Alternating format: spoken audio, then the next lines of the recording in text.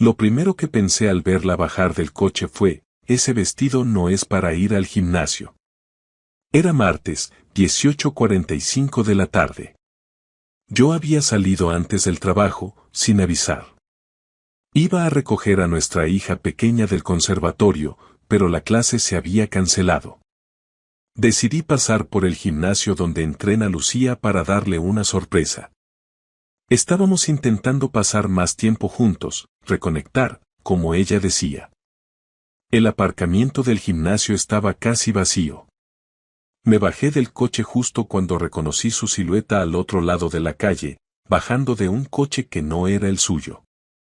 Un BMW negro, con las lunas traseras tintadas. Lucía salió riéndose. No esa risa suave que me dedicaba a mí cuando algo le hacía gracia. No. Era esa risa exagerada, con la cabeza hacia atrás, esa que solo he visto cuando está con amigas de copas o borracha. Se giró, se acomodó la chaqueta, se estiró el vestido, ajustado, con escote y botas altas hasta la rodilla, y antes de cerrar la puerta del coche, se inclinó y le dio 2 besos al conductor. No pude ver la cara del tipo. Pero vi su mano. Mano joven, ancha, con un anillo dorado grande en el meñique. Y esa confianza de quien sabe que puede tocar. No eran 2 besos de cortesía. Fue un beso en la mejilla izquierda, y luego en la boca. Corto, pero en la boca. Como si no fuera la primera vez. Como si fuera rutina. Me metí de nuevo en mi coche antes de que me viera. Cerré la puerta con suavidad, el corazón como una maldita batucada. No sentí rabia. No aún.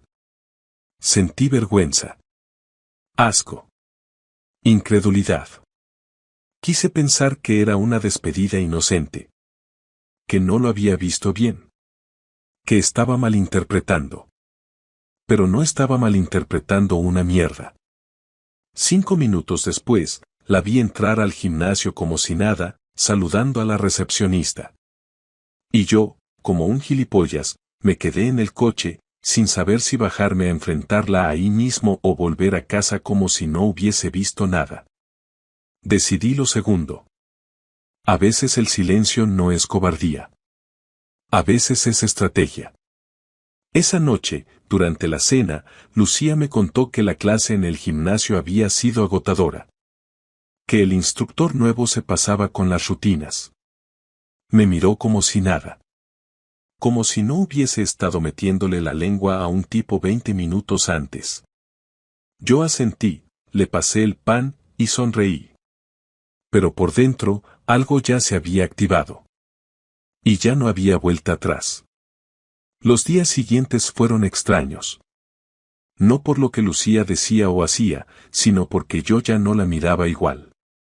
Todo lo que antes parecía cotidiano, su manera de moverse por la cocina, los mensajes que recibía mientras estábamos en el sofá, la forma en que se arreglaba antes de salir, ahora lo veía con otros ojos.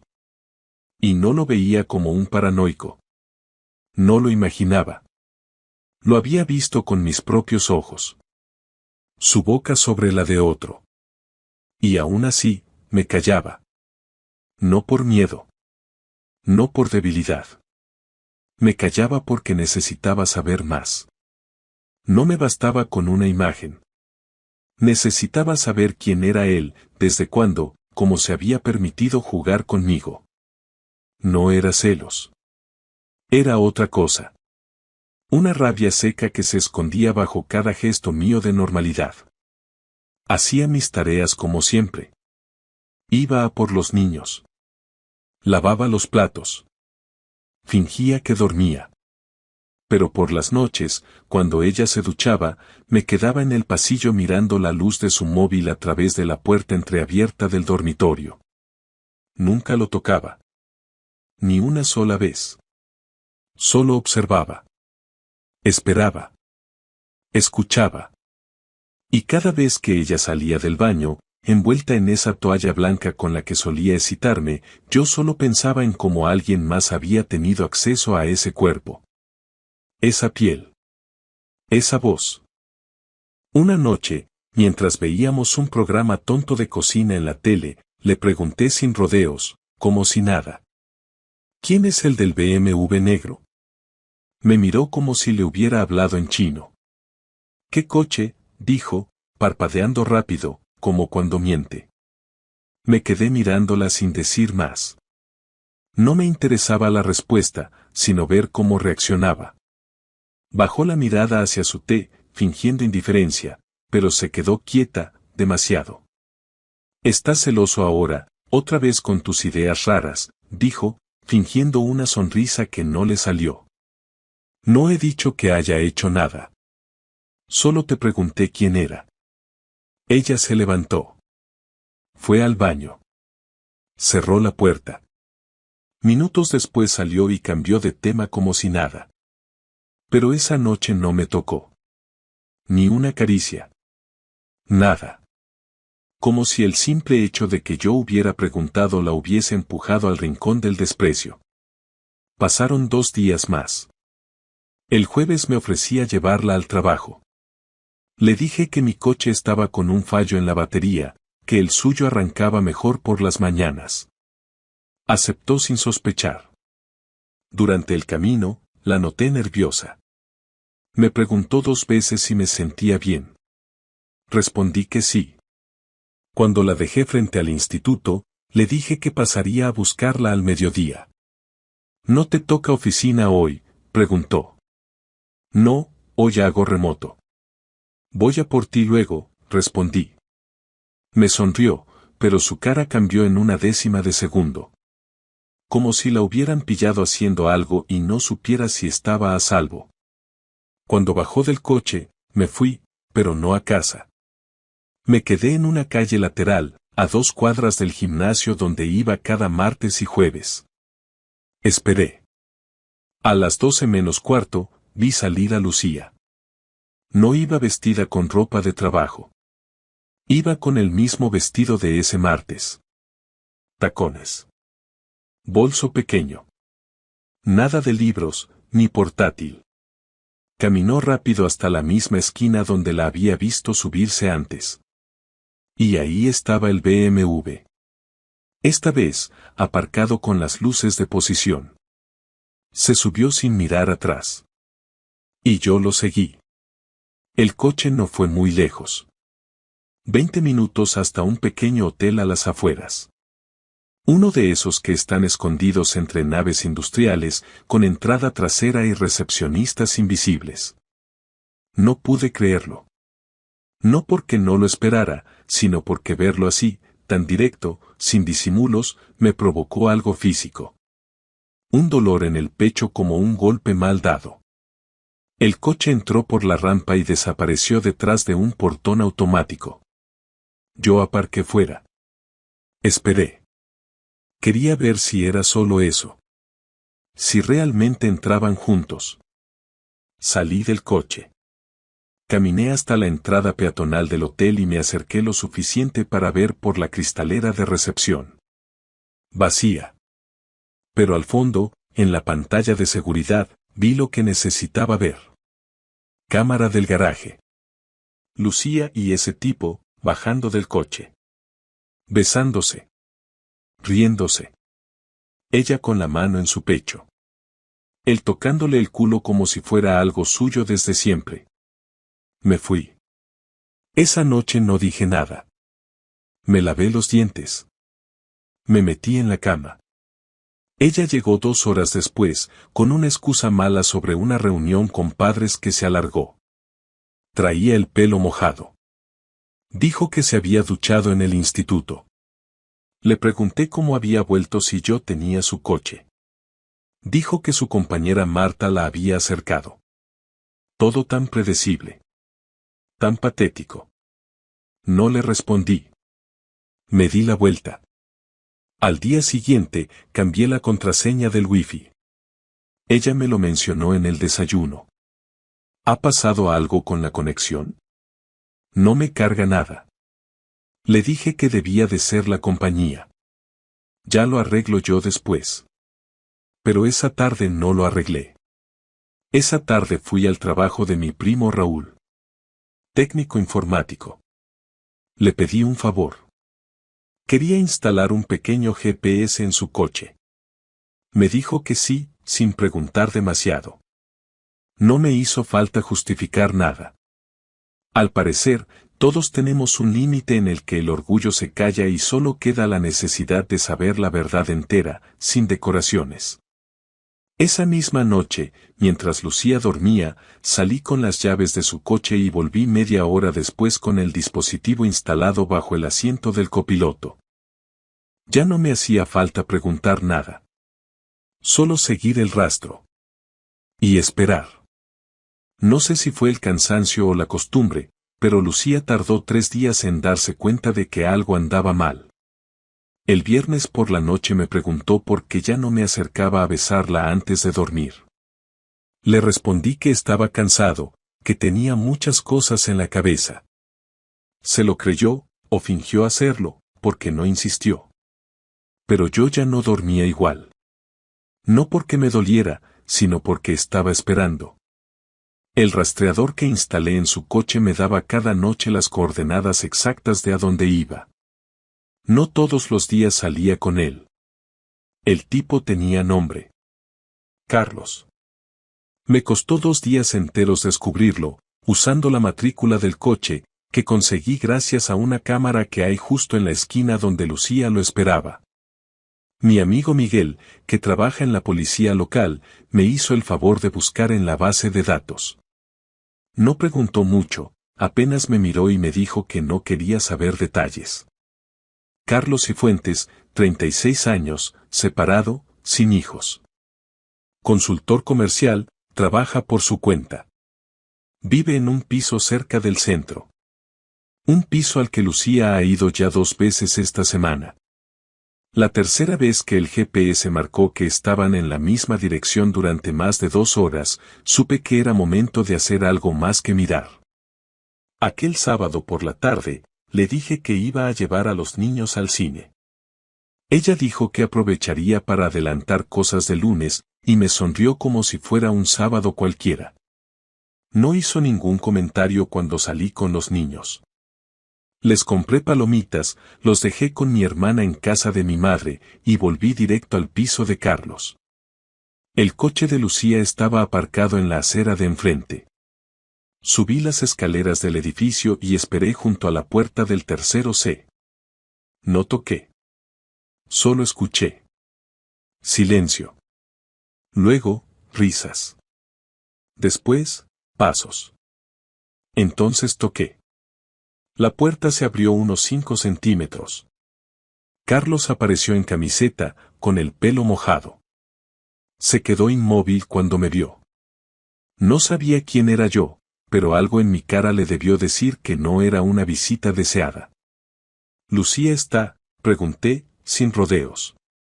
Tardó un segundo en reaccionar, y luego dijo, «Perdón», como si no entendiera. «¿Está o no está?», repetí. Entonces, la escuché desde dentro. «¿Quién es?», preguntó. Carlos se apartó y me dejó verla. Salió del pasillo en sujetador y pantalón de chándal, con la cara blanca. Me miró como si acabara de ver un fantasma. No dijo nada. Ni una palabra. Yo tampoco. Solo la miré, conté 3 segundos, y me fui. No grité, no insulté, no le pegué a nadie. Cerré la puerta con calma y bajé las escaleras. Esa noche dormí en casa de mi hermana. Le dije a los niños que mamá se sentía mal y que mejor se quedaban con la tía. Lucía no me escribió. No llamó. No apareció hasta el día siguiente, a las 12 del mediodía. Entró en casa con cara de dormida, o de derrotada, no sé.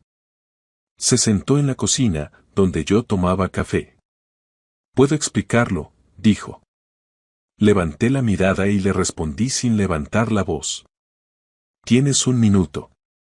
Me miró como si no supiera por dónde empezar. «Fue algo que no estaba planeado», dijo. «No quiero destruir nuestra familia. Solo, me sentía sola. Carlos me hizo sentir bien, eso es todo». Me reí. No porque fuera gracioso, sino porque era una estupidez. ¿Me estás diciendo que cogiste el coche 3 veces por semana, durante 2 meses, para verte con un tipo que solo te hacía sentir bien? Le pregunté. No fue así desde el principio, respondió. Empezamos hablando, luego tomando algo. Me escuchaba. Tú no me escuchabas hace tiempo. Tú nunca hablaste, le dije. Sí lo hice, insistió. Pero no me escuchabas. Siempre estabas ocupado, cansado, distraído. Con los niños, con el trabajo, con tus cosas. Nunca conmigo. Él me miraba diferente. Me hacía sentir viva. Pero no quería que llegara tan lejos. Me dejé llevar. Apoyé las manos en la mesa. ¿Cuántas veces? Pregunté. No respondió. ¿Cuántas veces te acostaste con él? Repetí. No lo sé, murmuró. Dímelo, exigí. No quiero mentirte más, dijo. Unas 10 veces. Tal vez más. Cerré los ojos, no para llorar, sino para respirar. ¿Pensaba seguir? Pregunté. No lo sé, dijo. Después de ayer, ya no tiene sentido. ¿No tiene sentido porque te pillé o porque te arrepientes? Pregunté. No contestó. Pasaron 10 segundos de silencio. Luego dijo, no quiero que esto arruine todo. Me levanté. Fui al armario. Saqué una carpeta con los informes del GPS, las capturas del rastreador, la matrícula de Carlos, su dirección y una impresión en papel de la imagen del hotel. Lo puse todo sobre la mesa. Esto no es una duda. Esto es un hecho, dije. Llevas meses mintiendo, metiéndote en la cama con otro, mientras volvías a esta casa y me besabas como si nada. Tú ya lo arruinaste. Ella bajó la cabeza. No lloró. No gritó. Se quedó ahí, sentada, sin decir nada más. Me fui del comedor y cerré la puerta. Dormí en el sofá. Esa fue la primera noche de muchas en las que ya no la volví a tocar. Ni con la mirada. Durante los días siguientes, Lucía intentó actuar como si lo que había pasado podía arreglarse con algo de silencio, pequeños gestos y unas cuantas palabras vacías. Empezó a cocinar más seguido, a preguntarme si quería ver una película por la noche, a buscar mi mano cuando pasábamos por el pasillo. Yo no le devolvía el gesto. Solo la observaba. No porque esperara un cambio. Quería ver hasta dónde era capaz de fingir. Cada vez que la veía moviéndose por la casa, actuando como si no hubiera pisado la cama de otro hombre, sentía que todo se volvía más frío, pero al mismo tiempo más claro. Ya no me preguntaba si quería seguir con ella. Eso estaba decidido. Lo que no había decidido todavía era cómo iba a terminar esto. No quería un final callado ni rápido. No por venganza superficial. Lo necesitaba por dignidad. Porque si alguien me escupe en la cara, no me limpio y sigo andando. Espero, y luego lo hago pagar. La primera parte fue planear sin que sospechara. Eso fue fácil. Lucía había bajado la guardia. Pensaba que yo estaba en la etapa de negación, que me estaba resignando a tragar con lo que había hecho. No sabía que llevaba ya 2 semanas preparando lo necesario. Fui a ver a un abogado, uno bueno, que me recomendó un conocido que se divorció hace poco. Le expliqué todo. Le mostré las pruebas, las grabaciones del GPS, las fotos. Me explicó los pasos, las posibilidades, las implicaciones. Lo más importante fue su consejo: no tomes decisiones impulsivas. Espera a tener todo listo. El momento ideal es cuando tú tienes el control. Lo entendí. Y decidí hacerle caso. La segunda parte fue más personal.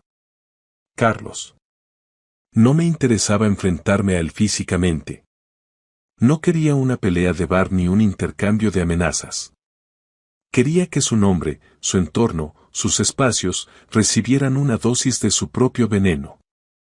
Empecé con lo laboral. Busqué su web profesional, su presencia online. Había trabajado con varios pequeños comercios de la zona, con autónomos, con gente que conocía de vista. Con la ayuda de 2 amigos que trabajan en redes sociales, hicimos un perfil falso de una cliente insatisfecha. Empezamos a dejar opiniones negativas muy elaboradas en varios sitios, con nombres distintos. Detallamos fechas, errores, supuestas malas prácticas. Todo escrito con precisión, nada exagerado, todo creíble. A las 2 semanas, una de las webs donde aparecía eliminó su perfil por acumulación de quejas. En otro foro, vi cómo él respondía con indignación, sin entender de dónde venían los ataques. Mientras tanto, yo seguía sin decir una palabra en casa. Cada día era una actuación más en ese teatro mediocre que ella había montado desde el principio. La tercera parte fue más simbólica. Teníamos una cena programada con unos amigos comunes, una de esas reuniones que se hacen 2 veces al año. Ella me preguntó si aún quería ir. Le dije que sí, que ya que estábamos intentando arreglar las cosas, sería bueno ver a gente. Me creyó. Esa noche me vestí con normalidad, pero le pedí que se adelantase, que me reuniría con ella directamente en el restaurante. Fingí una llamada de trabajo de último minuto. Ella se fue en taxi. Yo no fui al restaurante. En cambio, pasé por casa de su madre y le dejé un sobre. Dentro, copias impresas de los informes de seguimiento y 3 fotos, una del coche entrando al hotel, otra de ellos en la calle besándose, y una tercera de Lucía saliendo del portal de Carlos con una camiseta de él. No incluí ninguna nota. No hizo falta. Esa noche, cuando volvió de la cena, tenía el móvil en la mano y los ojos rojos. Me miró como si esperara una explicación. Yo estaba viendo la televisión. ¿Le mandaste esto a mi madre?, preguntó. No, le respondí sin apartar la mirada de la pantalla. Se lo llevé en mano. Se quedó parada, con la boca entreabierta. No dijo nada más. Se fue al dormitorio, cerró la puerta y no salió hasta el día siguiente. La cuarta parte fue pública. Publiqué desde mi cuenta secundaria un hilo anónimo en un foro local, donde conté con detalles la historia de cómo descubrí la infidelidad de mi mujer. No di nombres, pero di suficientes datos para que cualquiera de nuestros conocidos pudiera sospechar. Era una forma de soltar presión. No para avergonzarla. Para proteger mi versión. Para que si ella intentaba manipular la narrativa, ya estuviera manchada de base. En el hilo dejé claro que no iba a perdonarla, que lo único que buscaba ahora era una salida digna, sin dejar atrás todo lo que yo había construido. A la semana siguiente, pedí cita con un notario. Modifiqué los poderes legales que le había dado en su momento. Cancelé autorizaciones. Cambié contraseñas. Moví parte de mis ahorros a una cuenta nueva. Preparé los papeles del divorcio con el abogado. Y el lunes por la mañana, mientras los niños estaban en el colegio, se los dejé sobre la mesa del comedor, junto con una carta breve: no me pediste perdón. No me miraste a los ojos.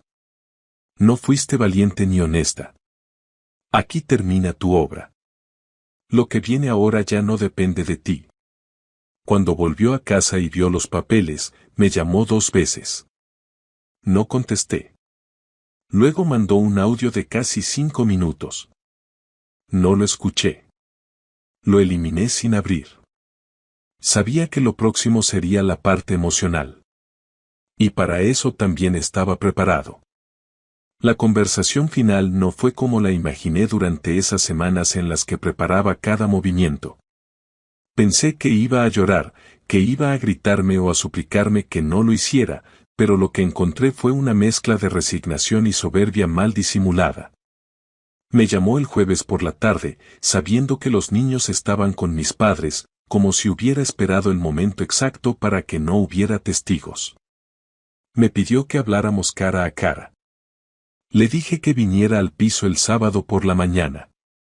Llegó puntual, vestida con ropa cómoda, sin maquillaje, con la cara seria. Entró sin saludar y se sentó en el sofá. Yo me senté frente a ella, sin ofrecerle nada, sin quitar la atención del ambiente. No dije nada, esperé a que hablara. Lo hizo después de unos segundos de mirar el suelo. No estoy aquí para discutir, Marcos. Solo quiero hablar como adultos. Sé que lo que hice fue una traición, no tengo excusa. No quiero justificarme, pero quiero entender si esto tiene alguna posibilidad de arreglarse. Me limité a mirarla. Ella respiró hondo y siguió. He sido una imbécil, lo sé. Pensé que estaba controlando la situación, que no iba a ir tan lejos.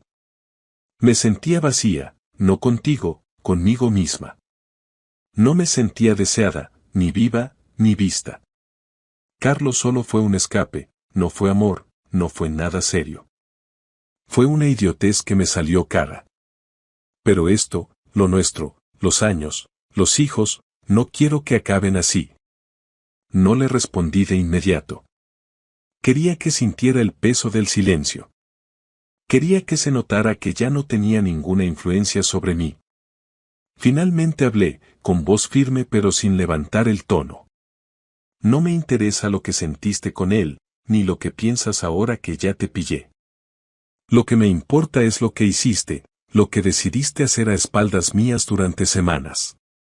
A mí no me usaste como escape, me usaste como tapadera. Te acostaste con otro mientras yo cocinaba para ti, cuidaba de nuestros hijos y te dejaba espacio para que pudieras tener tus supuestas tardes de gimnasio. No cometiste un error, construiste una mentira completa, paso a paso, sin remordimiento. Ella intentó interrumpir. No, espera, déjame, pero levanté una mano y la corté. No. Ahora hablo yo. Tuviste tiempo para hablar cuando llegabas de estar con él. Tenías la oportunidad cada noche, cada mañana. Pero elegiste callarte. Ahora no hay diálogo, hay consecuencias. Y las vas a asumir. Ella apretó los labios, y por fin, bajó la mirada. Se hizo un silencio denso. Luego habló en voz más baja. De verdad no queda nada, no hay posibilidad de al menos intentarlo, de ir a terapia o algo así. Me quedé en silencio unos segundos antes de responder. No. No hay posibilidad. No hay confianza. No hay respeto. No hay futuro. Me quitaste todo eso en cuanto cruzaste esa puerta para ir a su casa. El perdón no va a reconstruir nada. Esto ya está roto. Lucía asintió lentamente. Se limpió las lágrimas que empezaban a asomarse, pero sin dramatismo. No era una escena de película, era una mujer que empezaba a entender que el control que creyó tener ya no existía. Se quedó quieta un momento, y después dijo algo que me sorprendió por su frialdad. ¿Entonces ya está, divorcio y custodia compartida? No le respondí directamente. Me levanté, fui a la mesa del comedor y le puse delante una carpeta con los documentos ya revisados por el abogado. Ahí tienes todo. Custodia compartida, régimen de visitas equilibrado, reparto justo. No voy a pelear por dinero. Solo quiero cerrar esto rápido y sin drama. Si estás de acuerdo, firmas y lo entregamos el lunes. Ella abrió la carpeta, la hojeó en silencio. Asintió sin mirarme. Está bien. Se quedó un rato más sentada, en silencio. Luego se levantó y caminó hacia la puerta, pero antes de salir se giró. No sé si algún día me vas a perdonar, Marcos. Pero gracias por no hacer esto más violento de lo que ya es. No le respondí. Cerré la puerta cuando se fue y me senté en la silla del comedor, mirando el punto exacto donde había estado sentada. No sentí alivio. Tampoco tristeza. Era una mezcla rara de agotamiento y claridad. Por fin había terminado la etapa de su mentira y empezaba la mía sin ella. Esa tarde llevé a los niños al parque. Jugaron como si nada pasara. Para ellos, todavía no había cambiado nada.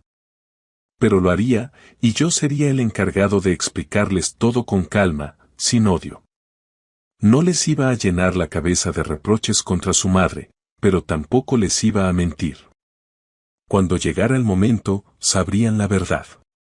De momento, solo necesitaban estabilidad, rutina y un padre que no fingiera. El lunes por la mañana firmó los papeles.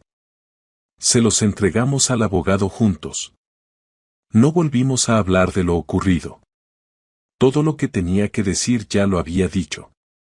Y ahora lo único que quedaba era empezar de cero, sin mirar atrás.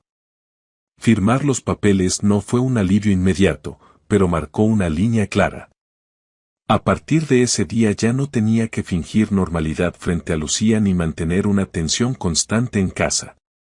Ella se mudó al piso que había alquilado en un barrio cercano, no muy lejos de donde vivíamos antes, lo suficiente para seguir viendo a los niños sin alterar demasiado su rutina. La custodia compartida empezó la semana siguiente, y aunque al principio parecía un desafío coordinar horarios, deberes, comidas y actividades, en poco tiempo logré establecer un sistema que funcionaba. Me apoyé mucho en mi hermana y en mis padres, que nunca me preguntaron detalles, pero estaban siempre disponibles para ayudar. No me sentía fuerte, ni valiente, ni nada parecido.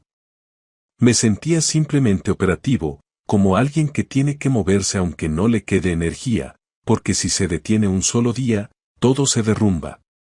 Lo más difícil no fue ver a Lucía de vez en cuando al recoger a los niños o al intercambiar alguna información práctica. Lo difícil fue mirar a mis hijos y no soltarles toda la rabia que llevaba dentro. No porque se la merecieran, sino porque eran el único vínculo que quedaba entre ella y yo. Me costó aceptar que seguiría viéndola por el resto de mi vida, aunque ya no tuviera poder sobre mí. Que estaría en cumpleaños, reuniones escolares, navidades alternas. No se iba del todo. Solo cambiaba de sitio. Lo manejé como pude, centrándome en mi día a día. Me levantaba temprano, preparaba desayunos, los llevaba al colegio, trabajaba desde casa, hacía la compra, les ayudaba con los deberes. Cada noche me iba a la cama sin pensar demasiado en el futuro, porque no tenía interés en imaginar nada. No quería planear, solo sobrevivir. Durante semanas enteras no hablé del tema con nadie, ni siquiera con mis amigos. Sabían lo que había pasado, pero respetaban mi silencio. Un par de ellos intentaron invitarme a salir, tomar algo, desconectar, pero siempre encontraba una excusa para quedarme en casa. No tenía ganas de sonreír frente a nadie. Pasaron 3 meses hasta que una tarde, mientras esperaba en la puerta del colegio, uno de los padres me preguntó directamente si estaba separado. Le dije que sí, sin entrar en detalles. Asintió como si ya lo supiera. Se te nota en la cara, dijo. No supe si era una burla o una observación honesta. Me dio igual. Ese fue el día en que entendí que todo el mundo se había enterado. Que la historia había circulado. Que algunos sabían la versión completa, otros solo rumores, y que probablemente Lucía había dicho su parte también, suavizada o editada. No me importó. No tenía intención de limpiar mi nombre ni de competir con su relato. Lo que me preocupaba era cómo mis hijos lo iban a asimilar con el tiempo. En una de esas noches tranquilas en las que todo parecía estable, mi hijo mayor me preguntó por qué mamá y yo ya no vivíamos juntos. Me miró sin miedo, solo con curiosidad. Me quedé callado unos segundos, luego le dije la verdad, adaptada a su edad. Mamá tomó decisiones que hicieron que papá ya no quisiera seguir en la misma casa. No fue tu culpa, ni la de tu hermana. Fue entre ella y yo. Pero los dos os queremos igual. Asintió, no preguntó más. Me abrazó y se fue a dormir. No lloré. No sentí alivio. Solo confirmé que había hecho lo correcto. Con el paso del tiempo empecé a recuperar espacios que había abandonado. Volví a salir con amigos, empecé a correr por las mañanas, retomé viejos hobbies que había dejado aparcados. No lo hice para distraerme ni para tapar el dolor. Lo hice porque necesitaba reconstruirme desde lo que era antes. No quería reinventarme, solo reencontrarme con la versión de mí que no estaba definida por una traición. En algún momento, sin darme cuenta, dejé de revisar sus redes, dejé de preguntar a los niños si habían visto a Carlos, dejé de esperar que me escribiera con excusas. Un día su número dejó de estar en la lista de contactos frecuentes del móvil. Otro día, su nombre ya no aparecía en los correos recientes. Y así, poco a poco, su presencia fue desapareciendo del mapa. Un sábado por la tarde, casi 6 meses después de la firma del divorcio, la vi en una cafetería del centro. Estaba sola, leyendo algo en el móvil. No me vio. No sentí odio ni pena. Solo la reconocí como alguien que había tenido un papel importante en una etapa de mi vida. Ya no me dolía. No me alegraba. Me daba igual. Seguí caminando, sin mirar atrás. Y fue entonces, justo ahí, cuando me di cuenta de que todo había terminado. Que por fin podía decir que había pasado página sin necesidad de decirlo en voz alta. Hoy mi vida no es mejor ni peor que antes. Es diferente. Más tranquila. Más clara. No tengo pareja, ni la busco. No he vuelto a confiar de la misma manera, pero tampoco he cerrado la puerta. He aprendido que no todas las preguntas necesitan respuestas inmediatas, que a veces la dignidad no está en perdonar ni en vengarse, sino en sostenerse firme cuando el otro se derrumba. Y que la verdadera libertad no llega cuando la otra persona se va, sino cuando tú decides que ya no te afecta.